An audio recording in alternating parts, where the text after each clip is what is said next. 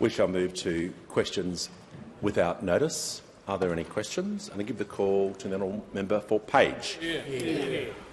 Thank you, Speaker. Peace and tranquility indeed. My question is to the Prime Minister. Did President Trump inform the Prime Minister that the United States would be imposing tariffs on Australian steel and aluminium prior to the measures being announced? If not, when did the Prime Minister last speak to President Trump? Call to the Prime Minister. I thank the member for his question, and the Australian people know I will always stand up for them. And I will always stand up for Australia's national interests, and it is in Australia's national interest to have free and fair trade. This government has a strong record indeed of working with other nations to protect and advance Australia's trade interests. We will navigate any differences which are there diplomatically, and we will continue to make the case to the United States for Australia to be given an exemption to any steel and aluminium tariffs. We have raised with the US administration in recent ministerial discussions these issues. Australian steel and aluminium are core input to US supply chains and US-based industry. Indeed, just this morning I had a meeting with the global CEO of Rio Tinto.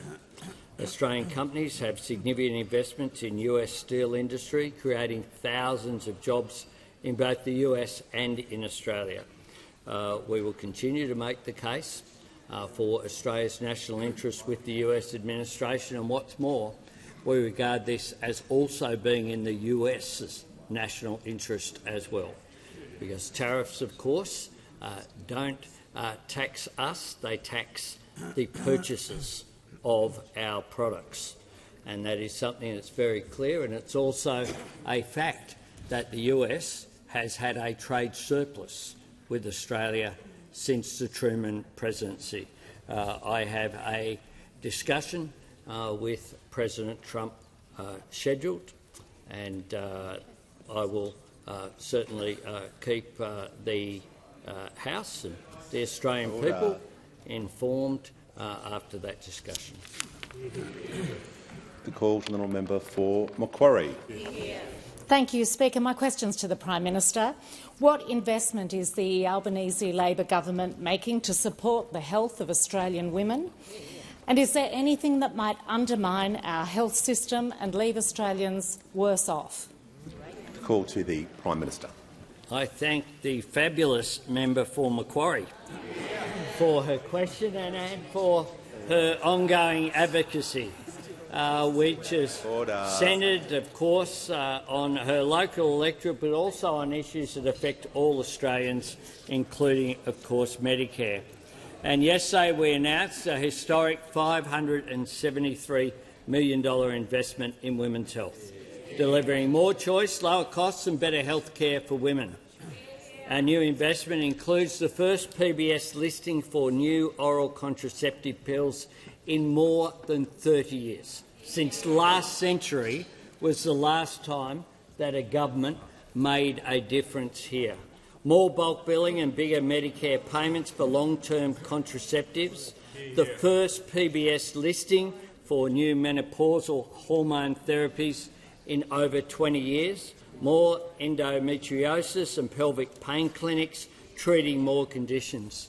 Now, these changes will save women thousands of dollars. Australian women asked for change and we are delivering it. This announcement builds on the other work that we've done to strengthen Medicare, tripling the bulk billing incentive so more people can see a GP for free, making medicines cheaper, saving Australians more than $1 billion already as a direct result of that change. 87 urgent care clinics. We promised 50, we've delivered 87. Healthcare when you need it. More than 1 million Australians have got free care as a result. So many of those Australians have been under the age of 15. And just last week we announced $1.7 billion of additional funding for public hospitals and health services next year. This will help to cut waiting lists, it will reduce waiting times in emergency rooms and it will help with the ramping issue. Now, this is in stark contrast to the alternative approach. We know that the Leader of the Opposition was voted Australia's worst health minister. His idea of getting Medicare on track was a funding freeze and a GP tax. His idea of getting public hospitals on track was to rip $50 billion out of it and to have a new hospital tax.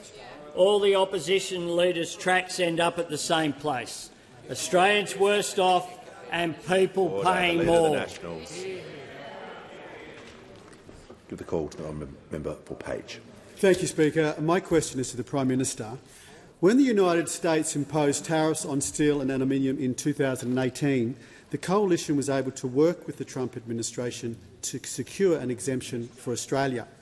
What steps has Ambassador Rudd taken to secure an exemption to the tariffs announced today? The Attorney-General will cease interjecting. Give the call to the Prime Minister. As the member is aware, Ambassador Rudd has had a meeting with President Trump, but also what we've had is our Defence Minister over the weekend met with the US Defence Minister. Our Foreign Minister was, of course, one of the few international representatives invited to the inauguration, and we will continue to engage diplomatically with the United States, not with loudhailers, but diplomatically.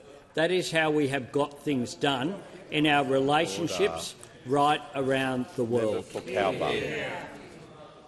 Member for Cowper will cease interjecting. Give the call to the honourable member for Canberra. Thank you, Speaker. My question is to the Minister representing the Minister for Women. What is the Albanese Labor government doing to deliver more choice, lower costs and better health care to Australian women? And how does this compare to other approaches that would leave Australians worse off?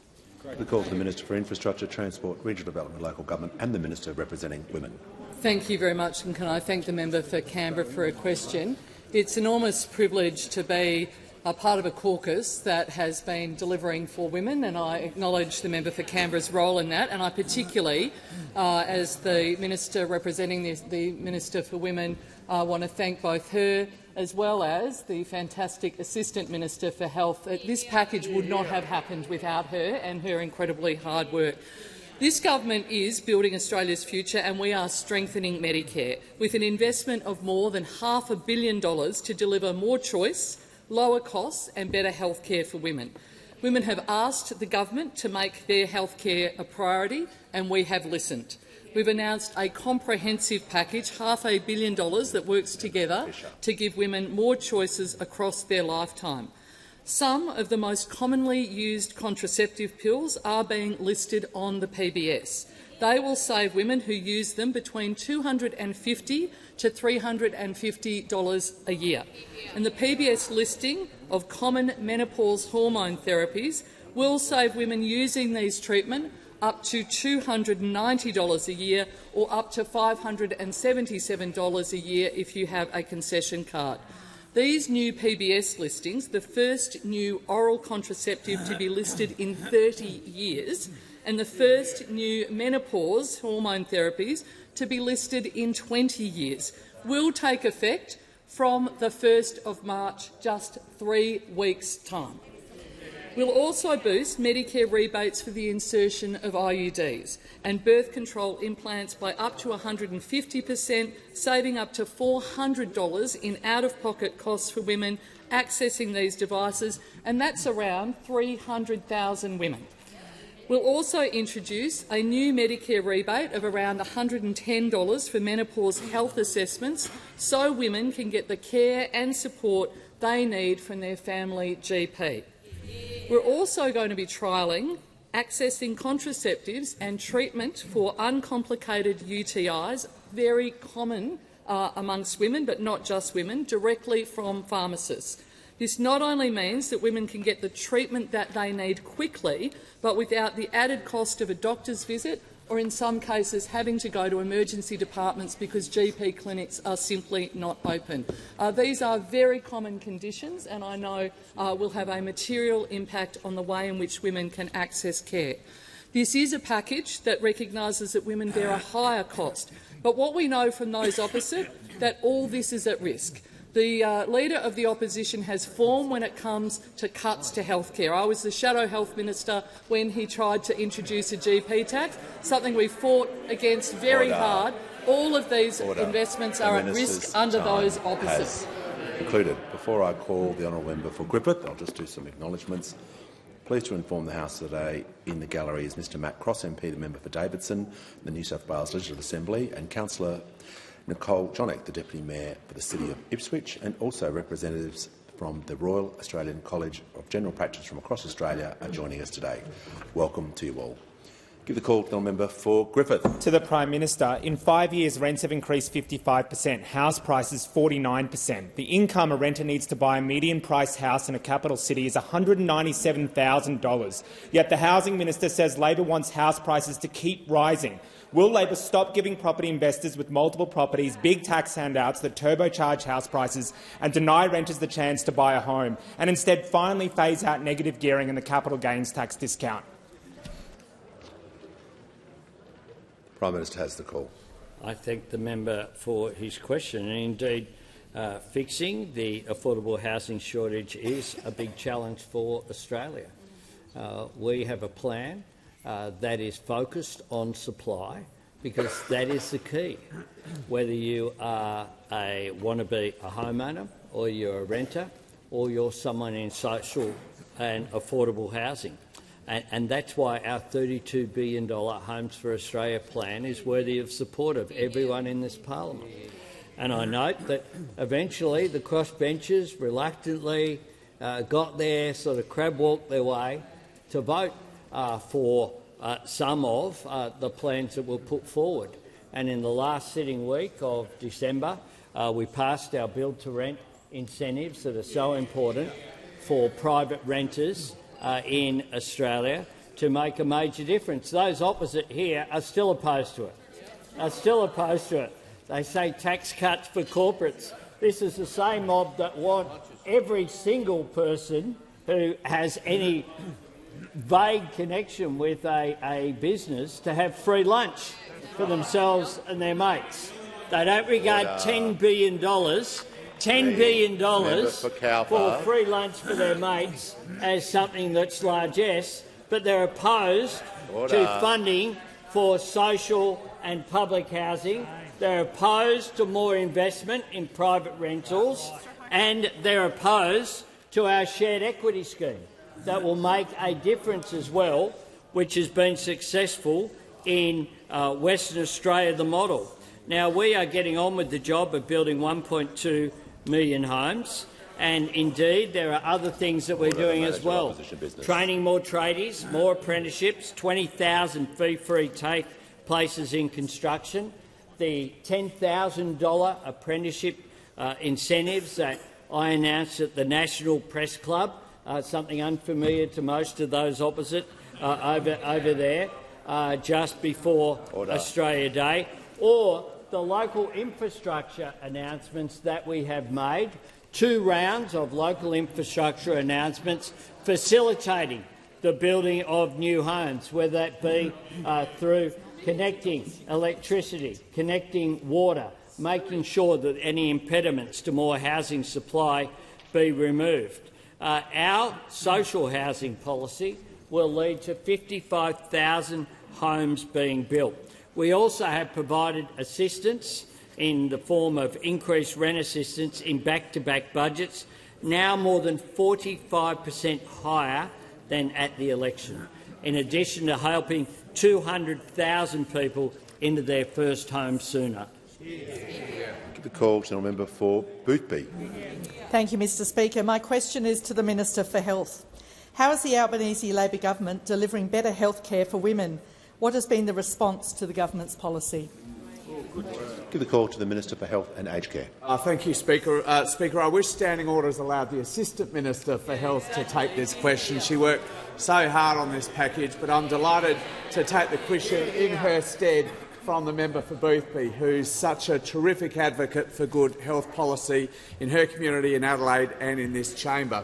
Mr Speaker, This government has no higher priority than strengthening Medicare, and you simply can't be serious about strengthening Medicare without being serious about women's health. Women consume about 60% of all health services in this country, and they face significant costs. As every woman in this chamber and at home knows, they face significant costs simply because they're women, particularly costs around contraception and reproductive health, and costs during the period of perimenopause and menopause later in life. Two really important Senate inquiries over the course of this term of Parliament have shone a spotlight on the decades of neglect and inaction and poor service that women have received in these two areas. And the Assistant Minister worked so hard with her Advisory Council to workshop solutions to this. Yesterday was a great day for women's health in this country, Mr Speaker. Finally, we reversed decades of that neglect and inaction and have delivered women more choice, better affordability and lower costs, and better access to high-quality service, Mr Speaker.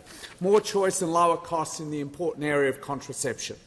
We have some of the highest rates of unplanned pregnancies and termination in the developed world. We have declining rates of prescription of oral contraceptives. We have some of the lowest rates of access to IUDs and implants in the developed world. And the reasons for that, Mr Speaker, are pretty clear. They're very hard to access, and too often they are far too expensive. Well, this package changes that. More training for GPs on insertions and removals, higher fees for doctors providing those services, and as the Minister representing the Minister for Women said, the first new listings on the PBS for oral contraceptives for more than 3 decades, Mr Speaker. The menopause inquiry also showed decades of poor literacy in our healthcare system and poor service for women going through perimenopause and menopause. Doctors are provided only 1 hour's training on menopause across their entire 6-year degree, Mr Speaker. Well, again, we'll provide better training, we'll provide better clinical guidelines and better funded Medicare services. Unsurprisingly, Mr Speaker, this package has been broadly welcomed by doctors' groups, by nursing and pharmacy groups, and most importantly by women's organisations themselves. We're so grateful for that support and so grateful for the input that they are having. This will truly deliver women more choice, lower costs and better services in the future. The call to the member for Longman. My question is to the Prime Minister. Prime Minister, Australians are currently enduring a crippling cost of living crisis that also includes both a housing and power bill crisis. Now they're facing a collapse in bulk billing. Can the Prime Minister confirm the rate of bulk billing has declined from 88% under the Coalition to 77% today under Labor? Order. Order. Order. The Minister has the call. Thank the member for Longman for that question indeed, Mr Speaker. The 88% figure the member for Longman very unwisely took from his Tactics Committee was described by the College of GPs as a misleading and highly skewed figure. A misleading and highly skewed figure. I understand why the Leader of the Opposition would use it, but why would the member for Longman take a sucker punch like that, Mr Speaker? I thought the member for Longman was smarter than that. And the reason why the College of GPs said this was misleading and highly skewed is that it took into account all of those COVID vaccination and other services that were required to be bulk billed to be delivered. The actual story of bulk billing in the last decade is a story first penned by the Leader of the Opposition when he was the Health Minister, when he said that there were too many free Medicare services, Mr Speaker, too many free Medicare services, echoing the view of his mentor, John Howard, who said that bulk billing was an absolute rort. Well, he tried to abolish bulk billing altogether and introduce a tax for every single Australian patient to pay every time they visited the GP. The Minister for Defence Industry will cease objecting. I'm just going to invite the Minister to pause, and I want to hear from the Manager of Opposition Business. Thanks very much, Mr Speaker. It was a very tight question in relation— Order. Members on my right, we do not need laughter when someone is on their feet. Highly disrespectful. The manager is entitled to raise his point of order. And if anyone interjects, they won't be here to hear it. The manager's call. The point of order is on relevance. It was a very tight question in relation to bulk billing having reduced under this government. The minister seems to have confirmed that, but he's now straying into an area that was not dealt with in the question and can't be directly relevant to the question. On the point of order, the Leader of the House. Mr Speaker, to the point of order, the question makes clear there are only two sorts of issues that can be discussed in this: bulk billing rates under this government and bulk billing rates as they used to be before this government. And given that the minister has spent all of his answer dealing with one or the other, he's clearly in order. The Manager on a further point of order. Well, thanks, Mr Speaker. It's incorrect to suggest that the minister has only dealt with the question. It's very clear that the minister is now straying into areas that cannot be conceivably related to bulk billing. The question, and I'm going to listen carefully, but the minister is on topic because part of the question, and I'll quote, says our figures are much lower than those when the coalition was in government. Now, I suggest to the manager and the House that the minister is potentially not agreeing with that and arguing the point in the question. And so whilst he was asked about figures, he was also asked about the previous government, because that was mentioned in the question. So he'll have to address that part of the question to talk about the previous government. If he wasn't asked about figures in a previous term or a previous government, he wouldn't be able to talk about that. But he is being directly relevant. But I just want to make sure that he, with his remarks, he's being directly relevant to that part of the question. Yes, thank you, Speaker. And the history of bulk billing over the last several years, which is the point of the question, is very clear. When the Leader of the Opposition, the former Health Minister, was not able to get his GP tax through the Senate, instead he initiated a 6-year freeze to the Medicare rebate that the College of GPs said when we were coming to government had resulted in a free fall in bulk billing. Now, we have put record investments to turn that around. But if there is an issue with bulk billing in this country, and we'd like to see it higher than it currently is, it all lies at the feet of this man, the Leader of the Opposition, who, as the Prime Minister said, was voted by Australia's doctors as the worst health minister in the history of Medicare. And if that verdict is not enough, Mr Speaker, perhaps another verdict is that the former Prime Minister, Tony Abbott, thought he was so bad he didn't let him even deliver a second health budget. That's right. Order. The Minister for Climate Change and Energy will cease interjecting, so I can hear from the member for Hunter. Thank you, Mr Speaker. My question is to the Minister for Immigration. Why did the Albanese Labor government put an end to the golden ticket visa scheme? What has been the response, and is the minister aware of any other threats to the integrity of our visa system? Call to the Leader of the House. Thanks, Speaker, and I thank the member for Hunter for raising what's a very important issue in what he's described as the golden ticket visa, or what's otherwise historically been known as cash for visas, for the very simple reason that it's a visa you qualify for because you have cash. Now, on the 31st of July last year, this government closed applications to that visa. No one has been able to apply for the visa since then, and it will take some time to deal with the mess that was created by the previous government on that. A mess which was contributed to by a lack of compliance staff. If I explain before I get to lack of compliance staff, just to go a little bit further on this visa, the Productivity Commission had made clear that in a program where you have a limited number of permanent visa applications that get approved, every one of these visas takes away from another part of the program, and when they have costed what it is to take away from permanent skilled migration, the cost to the Australian economy, not our figures, Productivity Commission figures, $2.5 billion. There are good reasons why this government got rid of applications for that visa.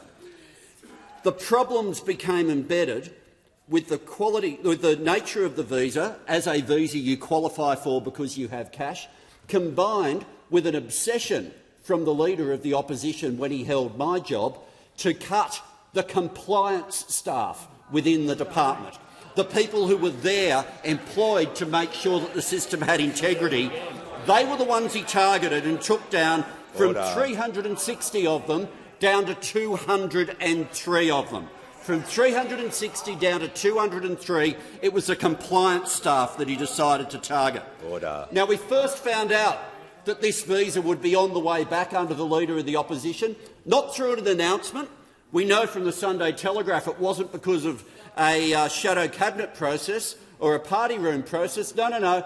This came about, we found out, because someone asked him a question at a fundraiser, and once again there was a boom mic overhead.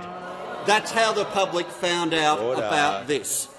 And I'll tell you what, for the Australian people, that was not a free lunch. That one was in no way a free lunch. The Nixon Review had found, under his leadership, mass exploitation of vulnerable individuals, as well as syndicates running brothels and engaging in sexual exploitation, even human trafficking. The Productivity Commission on Cash for Visas had said, and I quote, "There is no case for retaining this category of permanent visa. If you believe in the integrity of the program, you don't reintroduce cash for visas." Call to the Honourable the Deputy Leader of the Opposition. My question is to the Attorney-General. In October 2019, the now Attorney-General said in this place, and I quote, "Labor's opposition to mandatory sentencing is well known. It is no secret. It is spelled out in our national platform. Let me be clear, we do not support mandatory sentencing." With this in mind, and having been steamrolled by the Prime Minister on a bill that passed the House last week, can the Attorney-General please detail the benefits of mandatory sentencing, which he now strongly supports? Order. The Minister for Climate Change and the Minister for Housing will cease interjecting. Order. No. Deputy's entitled to ask her question in silence out of respect to the House, and the Attorney hasn't even begun interjecting, so no one will interject.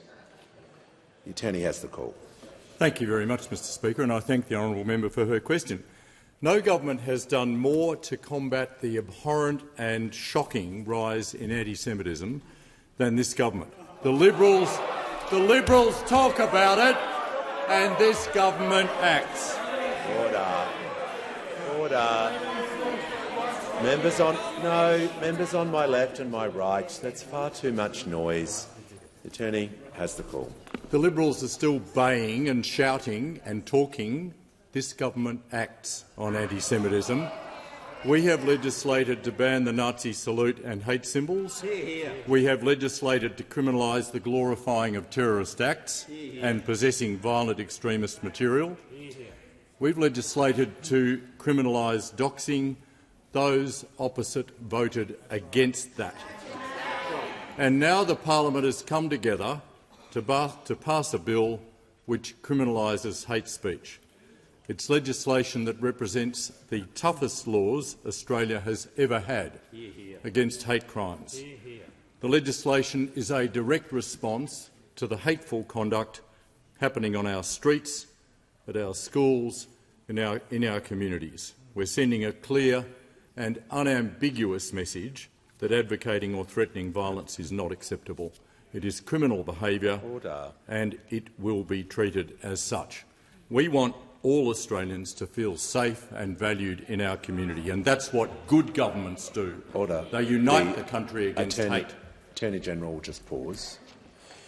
The Minister was asked about the benefits of mandatory sentencing, and he's reading to the House about the legislation and the requirements. So I just want to give the Deputy Leader some assistance, because if you're asking a question about what are the benefits, he's listing that to the House. But,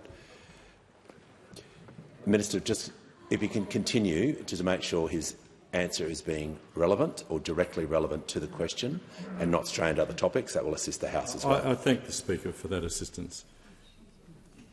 In the past few months, I've stood in the shadow of the main gate at the Auschwitz death camp.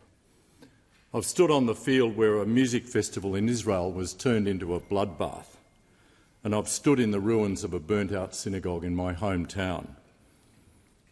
But those opposite have taken every opportunity since the 7th of October 2023 to politicise the trauma and the experiences of the Jewish people. Order. I do not need the Leader of the Opposition or any of those opposite to tell me what anti-Semitism is or how seriously I should take it. You're disgusting. Order.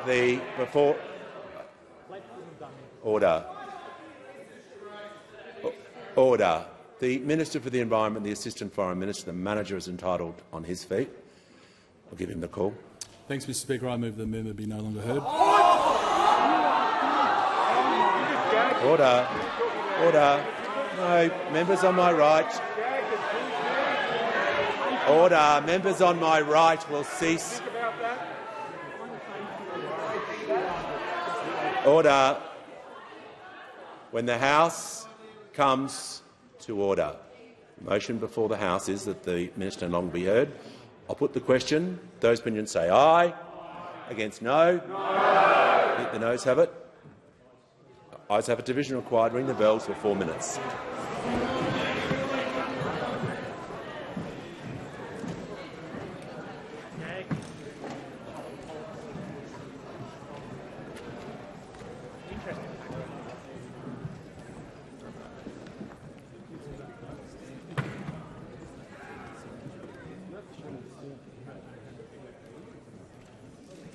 You okay, Terry?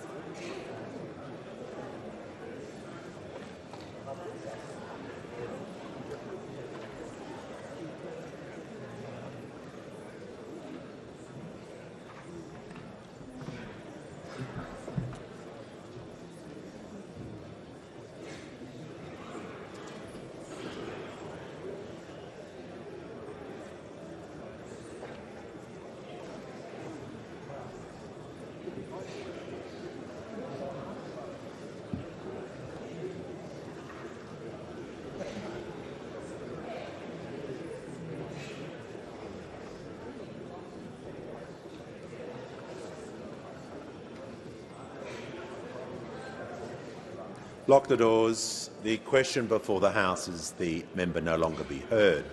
The ayes will pass to the right of the chair and the noes to the left. I appoint the honourable members for Parkes and Gray as tellers for the ayes and the honourable members for Werriwa and Bean as tellers for the noes.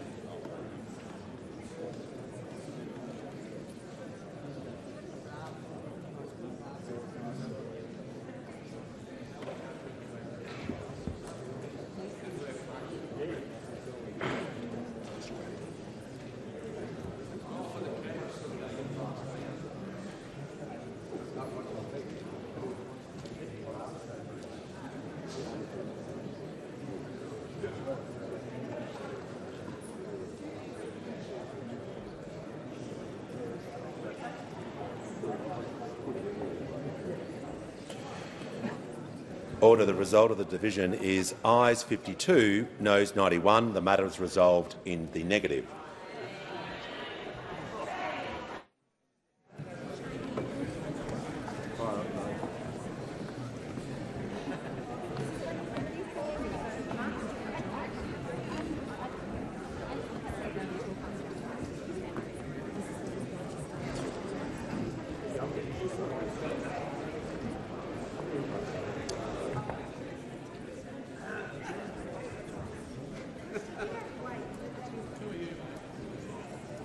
Order. Members can resume their seats as quickly and as quietly as possible. The Attorney-General has the call. Thank you very much, Mr. Speaker. Order. Order. No. The members on my right. The manager on a point of order. Thanks very much, Mr. Speaker. I request that the Attorney-General withdraw his highly disorderly and unparliamentary remarks and offensive remarks. There's nothing more serious than the opposition being accused of politicising an issue like this. He also uttered the words "disgusting" on at least half a dozen occasions. All right, we'll deal. At least half a dozen, Mr. Speaker. We'll deal with this. So we request a withdrawal. We'll deal with this. We'll deal with this quickly, because I want question time to continue. I didn't hear, because of obviously the audible noise. I'm going to ask the Attorney-General, as he comes back to answer the question, he just withdraw the unparliamentary. I didn't hear what was said, so it's very difficult for me as the chair to make a judgment here when I don't hear. But I'm willing to hear from other members as well. The Prime Minister has the call. On the point of order, Mr. Speaker, the decision by the opposition to try to shut down. Order. Order. No, the manager had a good go. The Prime Minister will be given the same. Just everyone listen to each other. Prime Minister. To try to shut down the minister, given the statements that have been made by many members of the opposition about a range of people on this side of the House, the idea that the minister should withdraw a statement is, quite frankly, totally inconsistent with things that have been said by those opposite over a considerable period of time. The minister, due to who he is, the idea that he is not a strong opponent of anti-Semitism, he is someone who feels this very personally and deeply. He was being interjected against by those opposite in behaviour that I regard as completely disorderly and completely unacceptable. Okay. Look, the manager on further point of order. Mr Speaker, a couple of points. Firstly, you've requested that the Attorney-General withdraw, which I think is the right course of action, so the Speaker has made that request. Secondly, the question was in relation to mandatory minimum sentencing. There was no invective in the question targeted at the Attorney-General. The Prime Minister somehow said that the Attorney-General was goaded into his unparliamentary remarks. That's not an excuse anyway, but quite frankly, it's clear-cut here that there are few more disgusting accusations that could be made in this House. You've requested that the Attorney-General withdraw, and he should. Order. Just so that we're clear, now that I'm in the picture, you're saying that the word disgusting should be withdrawn. That is not unparliamentary and has been used. Look, this is an emotive debate. I can appreciate that, and members have every right to feel grievances on either side. I want this debate to continue. I want question time to function, but I'll hear from the Leader of the House. Mr Speaker, a second point of order was raised by the manager during that with respect to relevance. And just on that, I want to say that the question referred to an amendment to a piece of legislation, and the Attorney-General has been referring to that piece of legislation. You can't refer to the penalties without referring to the crime, and therefore it is completely relevant. It is completely relevant to what was asked. Okay. The order. The member for Solomon. The manager on a further point of order. Thanks very much, Mr Speaker. Just to be very clear, the words we are offended by and seeking that the Attorney-General withdraw is that we're politicising anti-Semitism. Politicising anti-Semitism. Now, that would be quite an extraordinary ruling for this House to allow an accusation like that to be made. To the Leader of the House's point, I only raised the context of the question in response to the Prime Minister, who somehow stated that the Attorney-General was goaded into his unparliamentary remarks, which was clearly not the case. Order. The Leader of the House. Now that the Manager Opposition Business has clarified what he wants withdrawn, withdrawal has to be made at the first opportunity. I would dispute that it was unparliamentary given what's been said by the opposition in a number of debates. But notwithstanding that, the Manager Opposition Business after that point stood up, went to the dispatch box and did not ask for it to be withdrawn. He chose to have the House vote instead. The House has now voted and the answer should proceed. I want the House— no, we've got to move on. I can appreciate the argument. I'm going to say to the Attorney-General, please use language which is parliamentary and that does not cause offence to any other members. Despite the emotive nature of this, the opposition are entitled to— order. No, the Leader of the Opposition.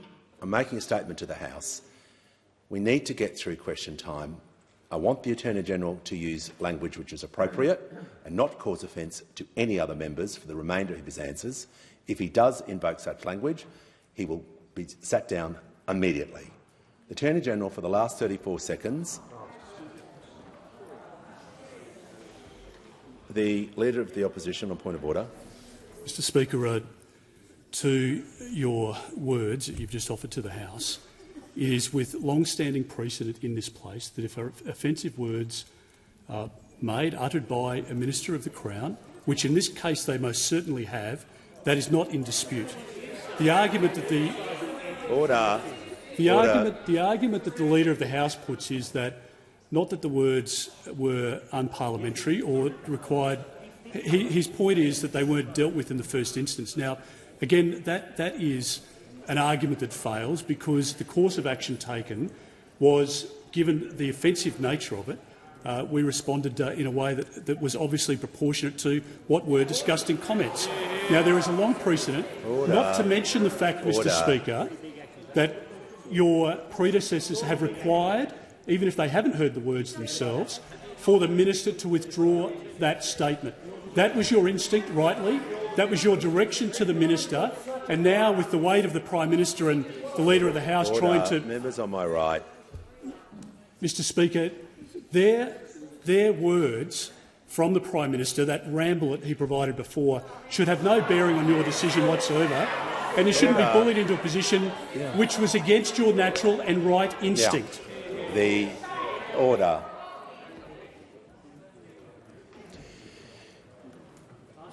Order. The original words were different, and now it's been clarified. I understand the point. I'm going.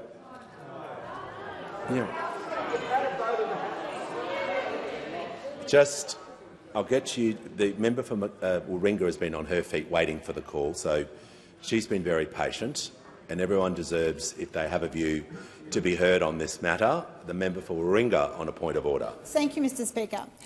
I wish just to raise concern about the arguments raised in this respect around this is a policy issue, and it's clearly a decision of members of this House to disagree with government policy or to raise an issue in the context of question time around a policy. As such, describing that as politicising an issue is very much what it is. And so I would ask for, I would suggest, submit, or whatever the right way of putting it, is that if that is considered unparliamentary or grounds for withdrawal or refusal, it would mean any area of policy where there is disagreement becomes something that is objectionable because it is essentially being politicised. And so I am concerned at the way in which this is positioned, because it's the same as the nature of a policy being racist or anything like that. These are policy differences, and that is the very nature of this place. I thank the member for Warringah. The manager on a further point of order. I would just note, Mr Speaker, members on my right, you have directed the Attorney-General to withdraw, and there is precedent for members to be named where they refuse to withdraw unparliamentary remarks. Okay. I'm not going to accept any further points of order on this. I'm drawing a line under this exchange, and I'm asking the Attorney-General to be careful with his language, to always respect members and not use inoffensive language, and I'll give him the call to conclude his answer. Thank you, Mr Speaker. I'm the son and the grandson of a Holocaust survivor. I went to the commemoration of the liberation of the 80th anniversary of the liberation of Auschwitz, a place where 1 million Jews were murdered, a place where my great-grandmother was murdered on the 13th of October 1942. And I say to members of this House that we've had a wave of anti-Semitism in this country, and right now what we need is unity. We need bipartisanship, and that's the effort that our government made with the bill that was passed by this parliament last week.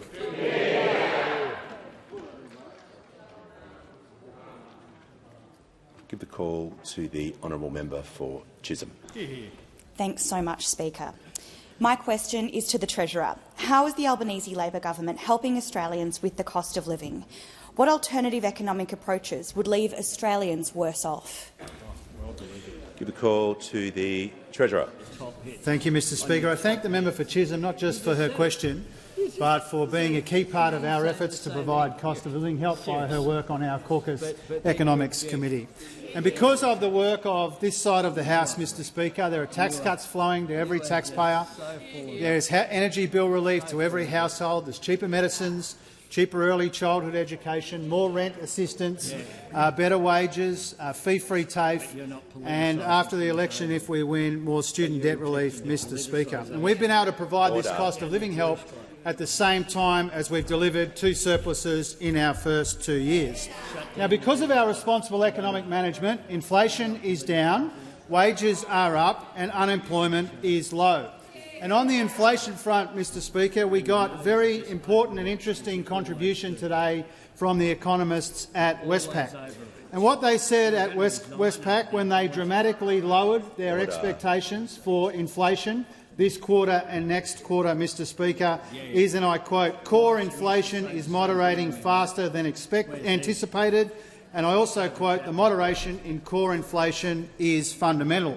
Now, they've lowered their inflation forecast for headline inflation to 2% in this quarter and 1.7% next quarter, not just within the Reserve Bank's target band but below it, Mr Speaker. And for trim mean underlying inflation, they're now expecting 2.7 this quarter and 2.4 next quarter, not just within the target band but in the lower half of the target band, Mr Speaker.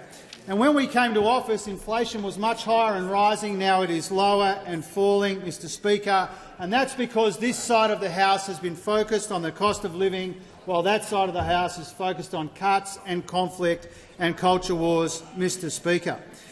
Now, after 3 years of opposition, those opposites still don't have any costed or coherent or credible economic policies. All they have is secret costs and secret cuts which will make people worse off. And the reason they will make people worse off on that side of the House is that they can't find $10 billion a year for free long lunches, or they can't find the $350 billion in cuts they say they want to impose. They can't find the $600 billion they need for this nuclear fantasy without going after Medicare again, without going after pension indexation, without going after housing and without going after wages, Mr Speaker. And so the choice at the election is going to be really, really clear, Mr Speaker. That coalition of cuts and conflict and culture wars, making Australians worse off and taking Australia backwards, or this Prime Minister and his Labor government getting on top of this inflation challenge, rolling out the cost of living help, making things better for people when it comes to the tax cuts and energy bill relief, and building Australia's future. The call to the member for Menzies. Thank you, Speaker. My question is to the Prime Minister. The last time the Prime Minister stood with his close friend and factional ally, Premier Jacinta Allan, the Prime Minister thanked the Premier for her, quote, leadership.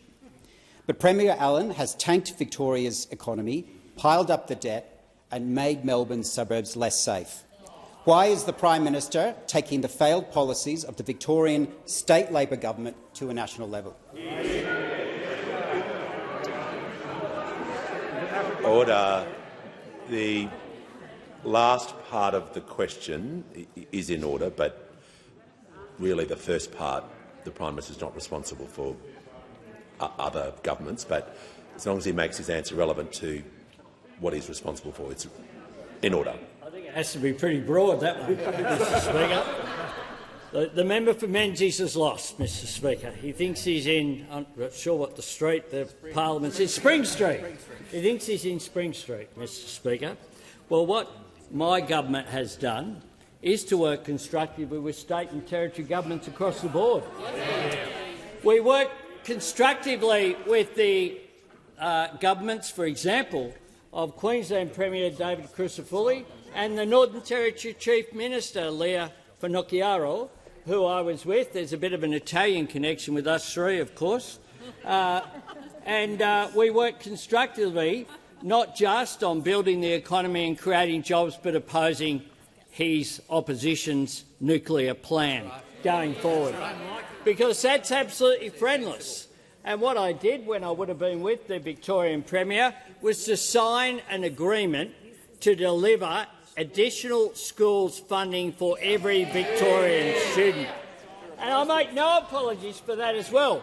Over $16 billion on the table to make sure that every student in the great state of Victoria, just like we want in every state, to get the best opportunity in life through a better education. And the way that you do that is by dealing with the reforms that were put in place and recommended by David Gonski all those years ago, 14 years ago. But it's taken the re-election of a Labor government to fulfil the vision of David Gonski and another great Victorian representative, former Prime Minister Julia Gillard. And that is what we are doing. Just like last week, we had $1.7 billion, including substantial additional funding for Victorian hospitals.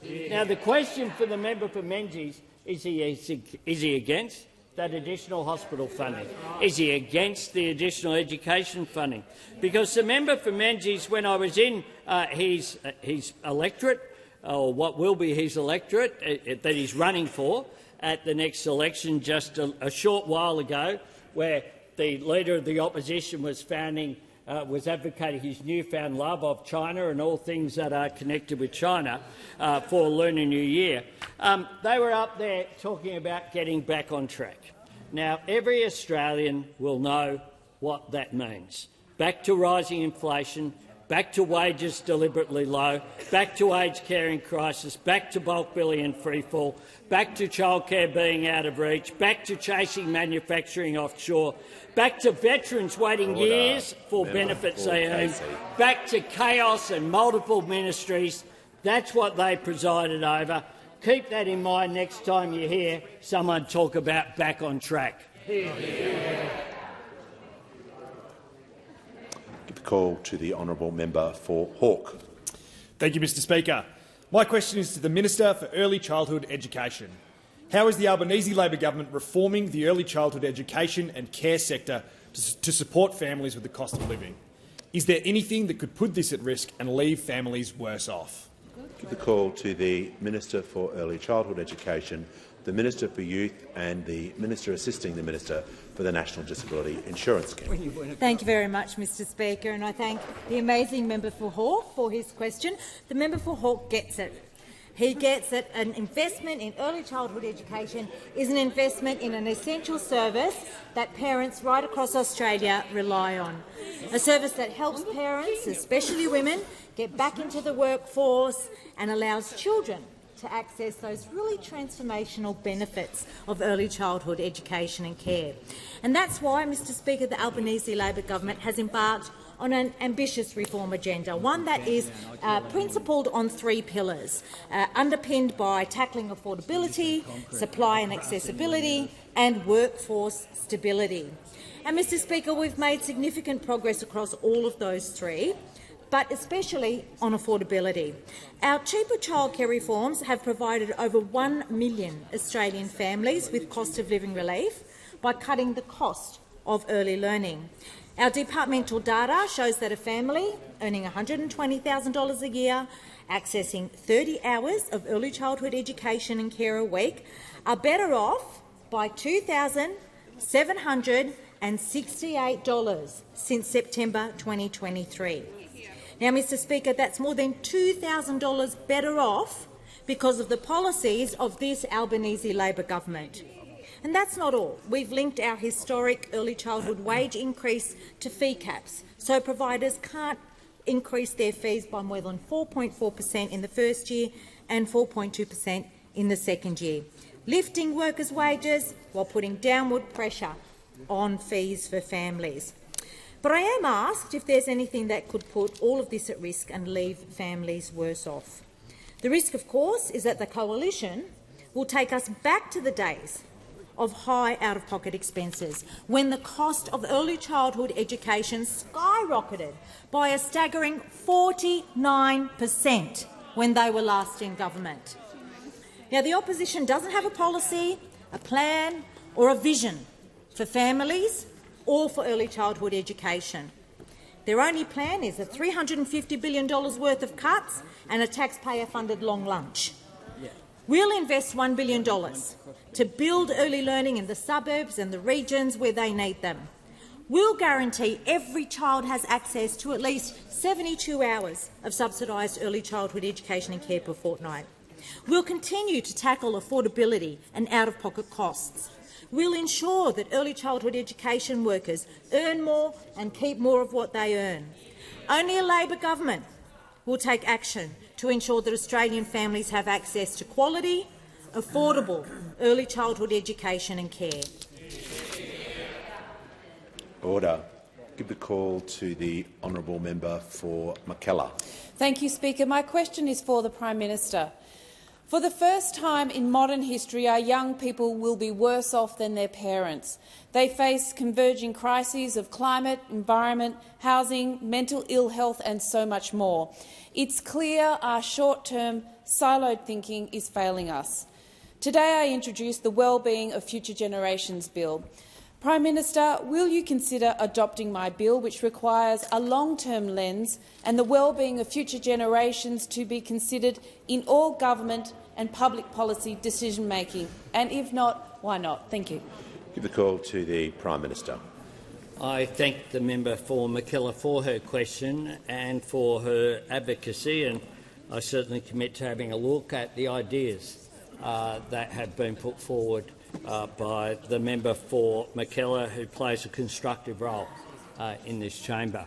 I certainly agree and have spoken about including in the speech that I gave at the National Press Club about the question of intergenerational equity, because it is a genuine feeling that people have arising out of the changed circumstances which are there facing young Australians. Young Australians are very concerned about not just their economic position and the fast-changing nature of workplaces and their experiences in life, but also about dealing with the challenge of climate change and the fact that people who say, oh, well, you can't make a difference immediately, forget the fact that generations that will inherit our climate are not ones that have benefited from the growth that came from fossil fuels in the 20th century and 21st century.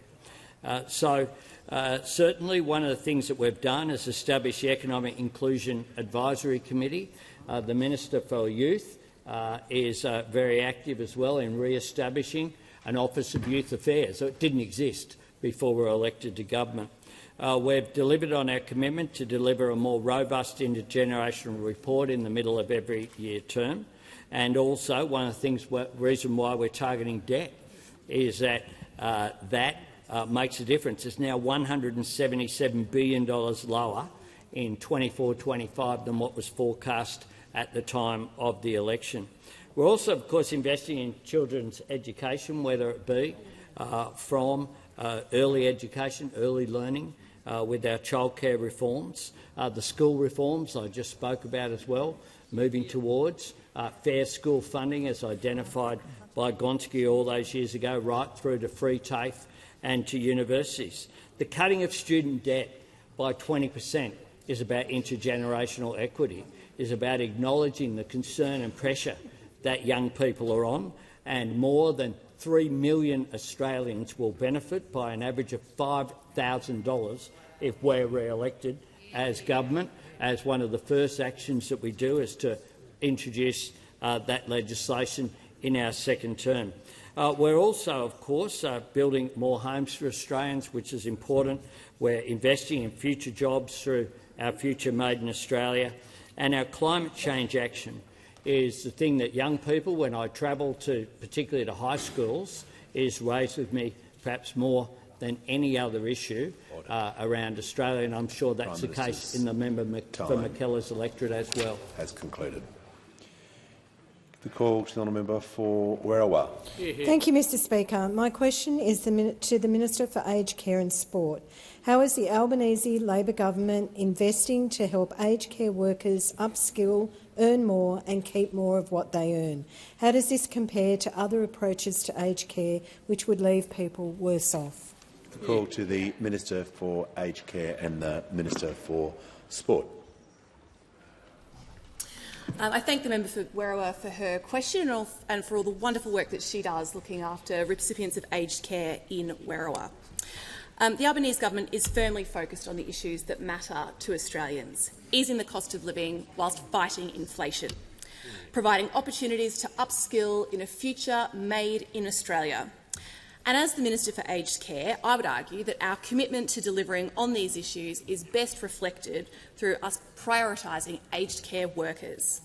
Since 2023, the Albanese government has invested more than $15 billion to increase the award wage for more than 250,000 aged care workers. And under the Albanese government, registered nurses are earning an extra $14,685 every single year. And with Labor's tax cuts, they're keeping an extra $1,745 in their pocket. Personal care workers with a Certificate 3 are more than $10,573 a year better off. With Labor's tax cuts, they are also keeping an extra $1,166 in their pockets. And while we're helping aged care workers earn more and keep more of what they earn, we're also making it more affordable for them to go to TAFE and to uni so that they can provide high-quality care to older Australians. This is helping workers like Elizabeth, whom I met at Southbank TAFE a few weeks ago. Elizabeth is one of the 130,000 students who have enrolled in a care course through Fee-Free TAFE. Elizabeth has worked in aged care for 2 years. She absolutely loves it. She told me, and I quote, "I feel like I have 100 bonus grandmothers and grandfathers as a result of my work." And 2 years into aged care, Elizabeth was inspired to enrol in a diploma of nursing to become an enrolled nurse, something she could only dream of doing thanks to Fee-Free TAFE. But, Mr Speaker, I was asked how the government's cost of living support for aged care workers compares with the Coalition's. And I can tell the member for Werriwa that Elizabeth would be significantly worse off under the Coalition, because those opposite have never supported a pay rise for aged care workers, and those opposite have never supported Fee-Free TAFE. Instead, Mr Speaker, the Coalition's big, secretly costed policy is allowing companies to take potential clients out to taxpayer-funded lunches and entertainment. So the news for Elizabeth is under a Coalition government, she wouldn't get a pay rise or tax cuts or affordable higher education. She wouldn't get help to care for her bonus grandfathers and grandmothers. But according to the Coalition's publicly defined parameters of their own policy, business could spend up to $20,000 of Elizabeth's own taxpayer funds to attend something like, for example, the Super Bowl, to lather themselves in buffalo wings and baby back ribs nodding along to Kendrick Lamar, all subsidised by the Australian taxpayer. Mr Speaker, this is just another reason why those opposite are not like us. They're not like us. The call to the Prime Minister. Thanks, Mr Speaker. I ask further questions to be placed on the notice paper. The Leader of the Opposition has indicated he is seeking the call for a personal explanation. Thank you very much, Mr Speaker. I seek leave to make a personal explanation. Do you claim to be misrepresented? Most egregiously. You may proceed. Thank you very much, Mr Speaker. In question time today, the Health Minister claimed that I'd initiated a pause on the indexation of Medicare rebates, which is not true. The member for Sydney, under the former Labor government, was Health Minister at the time when the pause on Medicare rebates was initiated in the 2013 budget. This is clearly stated on page 177 of Budget Paper 2 of May of 2013. The then President of the RACGP said Labor's 2013 indexation pause would slash $664 million out of primary health care services. When I was Health Minister, the bulk billing rate was at 84%. Today, it's at 77%. The member for Kooyong has also indicated she is seeking an explanation, and I'll give her the call. Thank you, Speaker. On indulgence, I'd like to clarify my earlier remarks this afternoon in relation to the Treasury Laws Amendment, Tax Incentives and Integrity Bill. Does the member claim that she's been misrepresented? Most grievously, Speaker. Well, that's fine. You may proceed, but it can't be a speech you made. It'll have to be what someone. Order. If you could explain to the House perhaps what someone you claim has said, and then you can correct the record that way. Thank you, Speaker. I believe that the member for Petrie grossly misinterpreted my comments earlier today. My intention was to suggest that the luxury car tax exemption for commercial vehicles should only be granted to those who purchase those vehicles for commercial purposes. For those who are not purchasing vehicles for commercial purposes, then I believe that that exemption should not apply. We just moved to papers with the Leader of the House. Speaker, these documents are tabled in accordance with the list circulated to the honourable members earlier today. Full details of the documents will be recorded in the votes and proceedings. Members can leave the chamber as quickly and as quietly. We shall move to the valedictory.